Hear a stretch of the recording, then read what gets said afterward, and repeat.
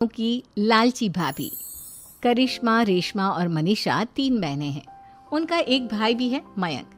मयंक अपनी बहनों को बहुत प्यार करता है, लेकिन मयंक की पत्नी सविता इस मामले में मयंक से बिल्कुल ही अलग है। वो अपनी ननदों का जितना बुरा कर सकती है उतना बुरा करती ही रहती है और अपनी ननदों पर हुक्म भी चलाती है। करिश्मा, करिश्मा, तुमने अभी तक नाश्ता नहीं बनाया? तुम्हारे भैया को ऑफिस जाने में देर हो रही है। हाँ भाभी, बस अभी बनाती हूँ। करिश्मा, तुम ये ढीलापन छोड़ दो। कल को पराये घर जाना है। वहाँ अगर तुम इस तरह से काम करोगी तो लोग क्या कहेंगे कि माँ ने और भाभी ने कुछ सिखाया नहीं। और तुम्हारी दोनों बहनें कहाँ हैं? अब रेशमा मार्केट गई है और मनीषा सो रही है। क्या? सुबह के 8 बज रहे हैं और ये महारानी अभी भी सो रही है? ये कहते हुए सविता अपनी सास दुर्गा देवी के पास जाती है। माँ जी, देख रही हो अपनी बेटियों के तौर तरीके? क्या हुआ बहू, सुबह सुबह क्या कर दिया मेरी बेटियों ने? अरे एक तो अभी अभी उठकर किचन में गई है, दूसरी सुबह सुबह बाहर चली गई और तीसरी अभी तक सो रही है।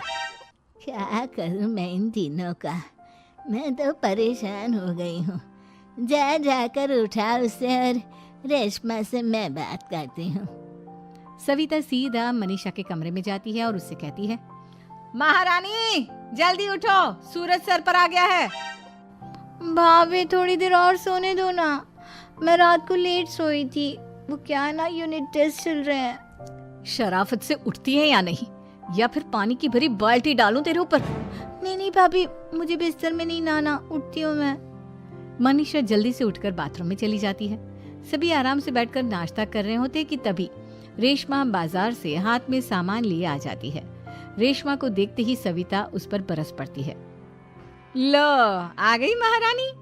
ऐसा भी क्या सामान लाना था जो सुबह आंख मलते ही बाजार की तरफ रवाना हो गई? भाभी, कल आप ही तो चीख रही थी कि घर का सारा सामान मुझे ही लाना पड़ता है, घर में किसी को भी किसी काम से कोई लेना देना नहीं है। अब मैं बाजार जाकर सामान ले आई तो आपको इस बात से भी तकलीफ हो रही है? देख रही हो माँ जी, अपनी बेटी की जुबान कैंची से भी तेज चलती है। और मयंक, आप तो कुछ कहेंगे नहीं अपनी लाडली बहन को? रेशमा, अपनी भाभी से ऐसे बात नहीं करते। चलो माफी मांगो। भैया, मैं क्यों माफी मांगू?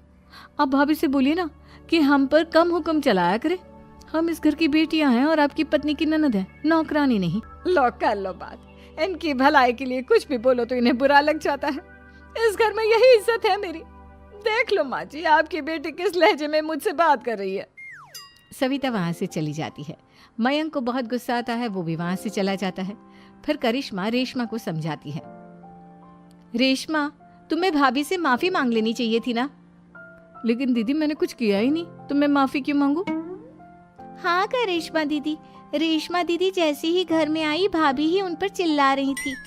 हाँ, मैं मानती हूँ कि गलती भाभी की थी। मैं तो इसलिए बोल रही हूँ कि भाभी ने माँ को तो पूरी तरह अपने वश में कर लिया है।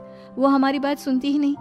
मयंक भैया हमारे लिए हमेशा खड़े रहते हैं, इसलिए उनकी बात का मान तो तुम्हें रखना चाहिए था ना।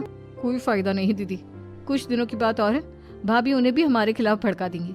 फिर वो भी माँ की तरह हमारी किसी बात का विश्वास नहीं करेंगे। इसी तरह सविता अपनी तीनों ननदों को किसी न किसी बात पर परेशान करती रहती थी। एक दिन मयंक अपनी तीनों बहनों के लिए गिफ्ट लाया। करिश्मा, ये तुम्हारे लिए हार का सेट। रेशमा, तुम्हारे लिए सुंदर सी ड्रेस। और मनीषा, तुम्हें किताबें पसंद है ना, तुम्हारे लिए किताबें लाया हूँ। थैंक यू भैया। थैंक यू भैया। थैंक यू भैया। करिश्मा, तुम्हारा नेकलेस कितना सुंदर है। ये भैया कहाँ से ले आए होंगे? मैंने भैया को 3 दिन पहले फोन पर ये डिजाइन दिखाया था और आज भैया ये ले आए। सविता तो अपनी ननदों के गिफ्ट्स देखकर जल गई और करिश्मा का नेकलेस तो उसे भी बहुत पसंद आया था। अपनी बहनों के लिए कितना अच्छा नेकलेस लेकर आए हैं, मुझे कभी कोई गिफ्ट नहीं दिया। मैं आज ही ये हार चुरा लूंगी। रात में सविता करिश्मा का हार चुरा लेती है और इसी तरह उसे अपनी ननदों की जो भी चीज अच्छी लगती वो उसे मांगती नहीं, बल्कि रात के अंधेरे में चुरा लेती। इसी तरह दिन बीतते गए और सविता ने मयंक के दिल में भी उसकी बहनों के लिए नफरत पैदा कर दी। एक दिन मयंक ने करिश्मा और रेशमा के लिए रिश्ता देखा और ये बात उसने घर में सबको बताई। माँ, करिश्मा और रेशमा के लिए बहुत अच्छा रिश्ता आया है। वो लोग कल इन्हें देखने आ रहे हैं। आप और सविता मिलकर सारी तैयारी कर लेना। ये सुनकर करिश्मा और रेशमा खुश हो जाती हैं, लेकिन सविता सोचती है, अगर इन दोनों बहनों की शादी हो गई तो घर और बाहर का काम कौन करेगा? मनीषा तो एक नंबर की कामचोर है, उससे तो किसी बात की उम्मीद लगाना ही बेकार है। मुझे इस शादी को रोकना होगा। अगले दिन सभी लड़के वालों के स्वागत की तैयारी करने में लगे होते हैं। तभी मयंक अपनी बहनों से आकर कहता है, तैयार हो गई तुम दोनों?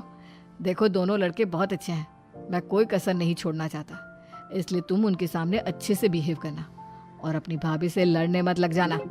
करिश्मा, तुम वो नेकलेस पहन लो ना जो मैं तुम्हारे लिए लाया था। भैया मैं बहुत देर से वो नेकलेस ढूंढ रही हूँ, लेकिन मुझे मिल ही नहीं रहा। क्या तुमने नेकलेस खो दिया? तुम्हें पता भी है वो कितना महंगा था? तुम कोई काम ढंग से नहीं कर सकती। मयंक गुस्से में वहां से चला जाता है। थोड़ी देर बाद लड़के वाले भी आ जाते हैं। वो दोनों बहनों को पसंद कर लेते हैं और रिश्ता पक्का हो जाता है। लेकिन सविता के दिमाग में तो कुछ और ही खिचड़ी पक रही थी। वो पंडित जी के पास करिश्मा की कुंडली लेकर जाती है और उन्हें पैसे देकर करिश्मा की कुंडली बदलवा देती है। जब लड़के वालों के पास करिश्मा की कुंडली जाती है तो वो दुर्गा को फोन करते हैं। बहन जी, हमने करिश्मा की कुंडली अपने पंडित जी को दिखाई थी। आपकी बेटी की कुंडली नहीं बल्कि दोषों का पिटारा है। देखिए, मैं और मेरे पति इन सब बातों में बहुत विश्वास करते हैं, इसलिए हम आपकी बेटी से अपने बेटे की शादी नहीं करा सकते। इस तरह करिश्मा का रिश्ता टूट जाता है और सभी घर वालों को बहुत दुख होता है। अब कविता सोचती है, चलो करिश्मा का तो रिश्ता टूट गया, अब रेशमा का भी रिश्ता तोड़ना है। क्या करूं क्या करूं? अब सविता आवाज बदलकर किसी अननोन नंबर से रेशमा के होने वाले ससुराल में फोन करती है। हेलो, मैं कौन हूँ कौन नहीं ये आपके लिए जानना जरूरी नहीं। बस इतना सुन लो कि रेशमा का 2 साल से किसी के साथ अफेयर चल रहा है। बस रेशमा का रिश्ता तोड़वाने के लिए सविता का इतना कहना काफी था। अब रेशमा का भी रिश्ता टूट गया। मयंक और दुर्गा देवी ने रेशमा को खूब खरी खोटी सुनाई और उससे बार बार उस लड़के के बारे में पूछने लगे। आप दोनों मुझे क्यों परेशान कर रहे हो? अरे कोई लड़का होगा मेरी लाइफ में तो मैं बताऊंगी ना, जब कोई है ही नहीं तो कहाँ से लाऊं मैं कोई लड़का? तो तेरे होने वाले ससुराल वालों को फोन किसने किया था? माँ मैं नहीं जानती किसने फोन किया था, मैं सच कह रही हूँ। मैं तो पहले ही कह रही थी इसकी लगाम खींच कर रखो, लेकिन मेरी सुनता ही कौन है। आप चुप रहिए भाभी, ये सब आपका ही किया धरा है।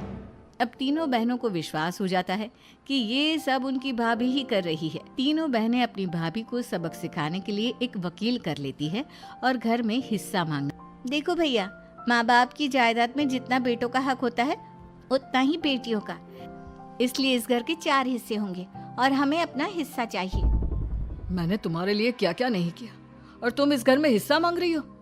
भैया, आप और माँ हम बहनों की कोई बात नहीं सुनते हो और भाभी हमारी शादी नहीं होने देगी क्योंकि उन्हें लगता है कि आप हमारी शादी में ज्यादा पैसा लगाओगे और उन्हें हम जैसी फ्री की नौकरानी कहाँ मिलेगी।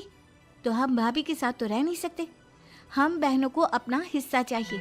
अरे तुम्हें शर्म आनी चाहिए अपनी भाभी पर ऐसा इल्जाम लगाते हुए। वो तुम्हारे बारे में कितना सोचती है। हाँ माँ, भाभी हमारे बारे में बहुत सोचती है। दिन रात बस यही सोचती रहती है कि किस तरह से अपनी तीनों ननदों को परेशान करूं और कभी मुझे पढ़ने भी नहीं देती।